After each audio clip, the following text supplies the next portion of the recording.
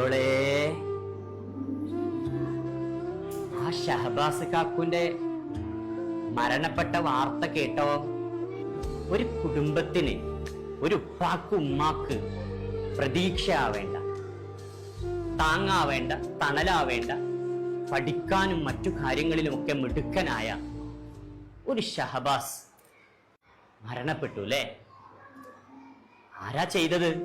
ഒപ്പം പഠിക്കണ കൂട്ടുകാര് കുഞ്ഞു കുഞ്ഞു പ്രശ്നങ്ങളൊക്കെ വലുതാക്കി സംഘം ചേർന്ന് ആയുധം ഉപയോഗിച്ച് എന്തൊക്കെയോ അനുകരിച്ച് ആ ഷഹബാസ് കാക്കുനെ ആക്രമിച്ചിട്ടങ്ങ് ഇല്ലാണ്ട. പാവല്ലേ ആ മാതാപിതാക്കള്. ഷഹബാസിനെ ഇനി അവർക്ക് തിരിച്ചു കിട്ടുമോ? അവർക്ക് എന്ത് കൊടുത്താലും മതിയാവോ? കുട്ടിക്കാലം രസിച്ചും കളിച്ചും നല്ല ഓർമ്മകളുള്ള കുട്ടിക്കാലമാണ് നമുക്കൊക്കെ വേണ്ടത്. പക്ഷെ ഇപ്പൊ നമ്മള് കെണിയിൽപ്പെട്ട് എന്തൊക്കെയോ കണ്ട് അതൊക്കെ അനുകരിച്ച് ആരും എന്തും ചെയ്യാനുള്ള ഒരു ധൈര്യം വന്നുകൊണ്ടിരിക്കുകയാണ്. നിങ്ങളങ്ങനെ ചെയ്യോ? നിങ്ങളൊക്കെ നല്ല മക്കളായി